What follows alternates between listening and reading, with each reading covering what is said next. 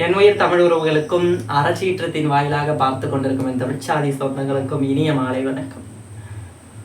நான் முன்னாடிக்கு ஒரு காணொலியில் சொன்ன மாதிரி தான், தமிழ்நாட்டுடைய அரசியல் எந்த அளவுக்கு கேலி கூத்தா போயிட்டு இருக்கு அப்படின்னு இந்த இடத்துல ஒன்று நான் கிளாரிஃபிகேஷன் பண்ணி தாவேகா தொண்டர்களும் அண்ணன் விஜய் அவருடைய ரசிகர்களும் கேட்பது போல தான் கேட்டுகிட்டே இருக்காங்க தொடர்ந்து. எதுக்கு நாம் தமிழ் வச்சு எங்கள் அண்ணனையே கேள்வி கேட்குறீங்க? நாம் தமிழ் வச்சு ஏன் திமுகவை எதுக்கலை, திமுகவை கேள்வி கேட்கல, இப்பெல்லாம் ஏன் அதிமுகவை கேள்வி கேட்கல, ஏன் எங்களையே எங்கள் அண்ணனையே போட்டு அடிக்கிறீங்க? டேய், ஆட்சியில் இருக்கிறது நீ. அடிப்படை அறிவும் அடிப்படை புரிதலும் எதுவுமே இல்லாத ஒரு தொண்டர்களை கட்டி கொண்டு வச்சிருக்கார் திரு விஜய் அவர்கள். 108 இடங்களை வென்று பெரும்பான்மையை காட்ட முடியாம காங்கிரஸோடு கூட்டணி வச்சு எதெல்லாம் தீய சக்தி என்று சொன்னாரோ அதுலேயே வாஷிங் மிஷினில் போட்டு தூய சக்தியா மாற்றி கூட்டணியில் சேர்த்து பெரும்பான்மையை காட்டி முதலமைச்சராக இருக்கு. நாம் தமிழர் கட்சி எதிர்த்தது, தேர்தலுக்கு முன்னும் எதிர்த்தது நாம் தமிழர் கட்சி. எதற்காக? தவறான முன்னோருதத்தை எடுத்துக்கிட்டு போகுது, தவறான கண்ணோட்டத்தில் ஒரு அரசியல் வந்து கொண்டிருக்கிறது, மாற்று அரசியல் என்று பொய் சொல்லி வந்து கொண்டிருக்கிறது என்று நாம் தமிழர் கட்சி விமர்சித்தது, கேள்வி கேட்டது.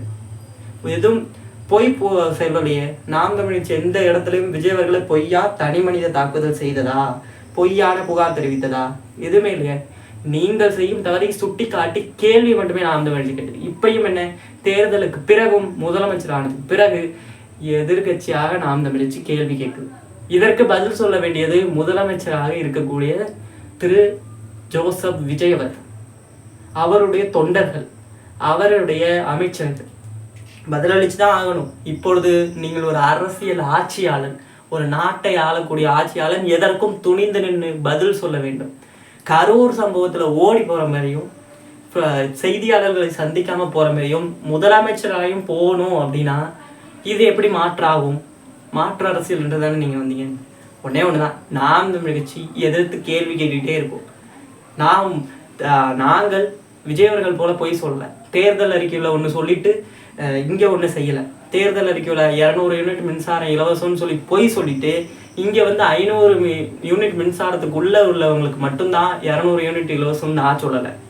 தேர்தல் அறிக்கையில் ஒன்று சொல்லிட்டு இங்கே ஒன்று செய்யலை, கேலி கூத்தா போயிட்டு இருக்கு அப்படின்னு சொன்னால், டெல்லியில் நேற்று சென்று சந்தித்தார் திரு முதல்வர் பிரதமர் அவர்களை.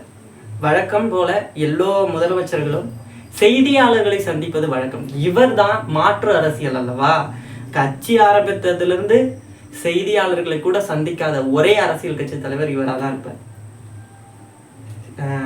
அப்போயெல்லாம் சொல்லிட்டு இருந்தாங்க, ஸ்டாலின் அங்கிள் சந்திக்கிற வரைக்கும் நான் சந்திக்க மாட்டேன் அப்படின்னு. அவர் பாதி இடங்கள்ல செய்தியாளர்களை சந்திச்சு துண்டு பேப்பர் வச்சு பேசுவார். இத்தனை செய்தியாளர்களை ஸ்டாலின் அவர்கள் சந்திச்சிருக்காரு, ஆனா விஜய் சந்திச்சிருக்காருன்னா 1% கூட இல்லை. வழக்கம் போல ஒவ்வொரு முதலமைச்சர்களும் செய்தியாளர்களை சந்திச்சு சொல்லுவாங்க இதெல்லாம் நடந்துச்சு. ஆனா இந்த முதலமைச்சர் சந்திக்கல. அப்படி இருக்கும் பொழுது செய்தியாளர்களை என்றுதான் சந்திப்பார் தமிழ்நாடு முதலமைச்சரும் தாவேகா தலைவருமான திரு விஜய் அவர்கள். செய்தியாளர்களை சந்திக்கிறது கட்டாயமா அப்படின்னா கட்டாயம். ஏன்னா நீங்க தான் சொன்னீங்க, சம்பிரதாயத்துக்கு நான் கடிதம் எழுத மாட்டேன், சம்பிரதாயத்துக்கு ட்விட்டர் அரசியல் பண்ண மாட்டேன்.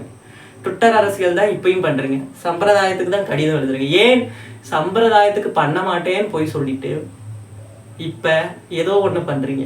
இதான் மாற்றா? திமுக செய்யறது தான் அதிமுக செய்யறது தான் நீங்களும் செய்றீங்க. இது எப்படி மாற்று அரசியல் ஆகும், தூய சக்தி ஆகும்? செய்தியாளர்களை கூட சந்திக்க திராணி இல்லையா திரு விஜய் அவர்களுக்கு? புதிய தலைமுறை ஊடகம் ஒரு விஷயத்தை பெருசா தீப்பெரியாக்கி பெருசாக்குறது தான் அதோட ஊடகத்துடைய வேலை. அதே போல ஒரு நாள் சீமானவர்களை பற்றியுமே அவதூறு கருத்தை வெளியிட்டது புதிய தலைமுறை. அப்பயும் நாங்கள் கண்டனம் தெரிவித்தோம். புதிய தலைமுறை மேல 1000 இருக்கும் கருத்து முரண்பாடு. ஆனால் தவறு வரும்போது சுட்டி காட்ட வேண்டிய கடமை எதிர்கட்சியாக இருக்கு.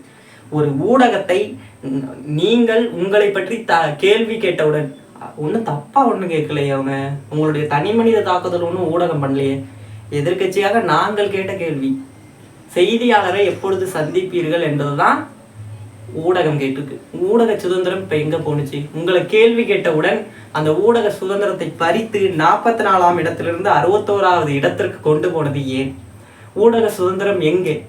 மாற்று அரசியல் என்று சொன்ன நீங்கள் திமுக செய்வதையும் அதிமுக செய்வதையும் செய்தால் என்ன அர்த்தம்? இப்ப நாங்க கேட்கிறோம், நாம் தமிழ் கட்சி எதிர்கட்சியா என்று கேக்குது. கேலி கூத்தாக மாறிக்கிட்டு இருக்கு. கேலி கூத்தா மாறிடுச்சு. ஒரு பயணி சொல்றாரு, எனக்கு பேருந்து வரல, பேருந்து லேட் ஆகுது, எங்கே போணுச்சு, நான் புக் டைமுக்கு எங்கே பேருந்து வரலன்னு ஒரு அமைச்சர்கிட்ட கேட்டேன். அவர் சொல்கிறேன், நான் இன்னும் சாப்பிடலப்பா, நீ சாப்பிட்டுட்டு வந்துட்டேன், நான் இன்னும் சாப்பிடலப்பான்னு பதில் அளிக்கிறேன். இதுக்கு இது பதில் இல்லையே. ஒரு பயணி பேருந்து இந்த நேரத்தில் புக் பண்ணியிருக்கேன், இப்போ வரைக்கும் வரலன்னு கேள்வி கேட்கும் போது ஒரு அமைச்சர் நின்று அதற்கான பதிலை சொல்லுவாருன்னா, நான் இன்னும் சாப்பிடல, நீ நல்லா சாப்பிட்ருக்கப்பா, நான் இன்னும் சாப்பிடலப்பா அப்படிங்கிறாரு. இதுக்கு இது பதில் இல்லையே. எந்த அளவுக்கு அடிப்படை புரிதலே இல்லாத அமைச்சர்கள் இருக்கிறார்கள் என்பதை பார்த்துது. வேற ஒன்றும் இல்லை, ஒரு அமைச்சர் 2 அமைச்சர் தான் இப்போ பேசியிருக்காங்க. அதுவே இவ்வளோ உல்டானா இருக்கக்கூடிய மொத்த அமைச்சர்களும் பேசினாதான் தெரியும் எத்தனை உல்டா அமைச்சர்கள் இருக்காங்க என்பது. அடிப்படை அறிவு இல்லாத, அடிப்படை புரிதல் இல்லாத, அமைச்சருடைய வேலைனா என்னன்னே தெரியாத அமைச்சர்கள் அங்கே இருக்காங்க. நான் எந்த இடத்துல பொய்யான விமர்சனம், பொய்யான தகவலை வைக்கல, காணொலியாக ஆதாரம் இருக்கிறது. ஒரு பேருந்து பயணிட்ட விட்டு நீ நல்லா சாப்பிட்ருக்கப்பா, நான் இன்னும் சாப்பிடலப்பானா இது என்ன பதில்? அவர் கேட்டது என்ன? நீங்க சாப்பிட்டீங்கன்னு கேள்விக்கு அவர் பதில் கேட்கல. பேருந்து வரலன்னு கேள்வி கேட்கும்போது ஏன் அதற்கு பதிலாக மாற்று பதிலை சொல்லி நீங்களே உங்களை கலாய்த்துக்கிறீங்க? அதாவது நீங்க ட்ரெண்டிங் ஆகணும், ரீல்ஸ் போடணும் அப்படிங்கிற ட்ரெண்டிங் மனதில் தவறான கண்ணோட்டத்தை மக்கள் மனதில் விதைக்கிறீங்க. தவறான பாதையில செல்லுது அப்படிங்கிறது தான் நாம் தமிழர் கட்சி எடுத்து வைக்கிறது. திமுகவையும் கேள்வி கேட்கும், தவறு நடந்தால் கேள்வி கேட்கும். அதிமுகவையும் கேள்வி கேட்கும், தவறு நடந்தால் கேள்வி கேட்கும். அதனால கேள்வி கேட்காதுன்னு இல்லை. அதே போல விஜயை விமர்சிக்கவே இல்லை, கேள்விதான் கேட்கிறோம். கேள்விக்கான பதில் விஜயவர்கிட்டையும் இல்லை, கேள்விக்கான பதில் தொண்டர்கிட்டையும் இல்லை, கேள்விக்கான பதில் அமைச்சர்கிட்டையும் இல்லை. முதல்ல அடிப்படை அரசியல்னா என்ன, அடிப்படை புரிதலை கற்றுக்கொண்டு அமைச்சருக்கு உள்ள வேலையை சரியாக பார்த்தா நன்றாக இருக்கும். நான் சாப்பிடலப்பா, நான் சாப்பிட்டு வர்றேன், நீ நல்லா சாப்பிட்டுருக்கேங்கிறது அதற்கான பதிலாகாது. செய்தி ஊடகத்தை சந்திக்காமல் இருப்பது ஒரு திராணியற்ற தன்மையை காட்டுகிறது. அப்போ விஜய் அவர்களுக்கு திராணி இல்லையா அப்படிங்கிறது தான் சொல்ல வேண்டும். அதனால விரைவில் செய்தியாளர் சந்திப்பார்னு நினைக்கிறேன். இன்னும் 6 மாதம் இடம் கொடுக்குறோம். அதுக்கு மேலே இன்னும் பலமாக எதிர்கட்சியாக நாம் தமிழர் கட்சி அடிக்கும். நன்றி.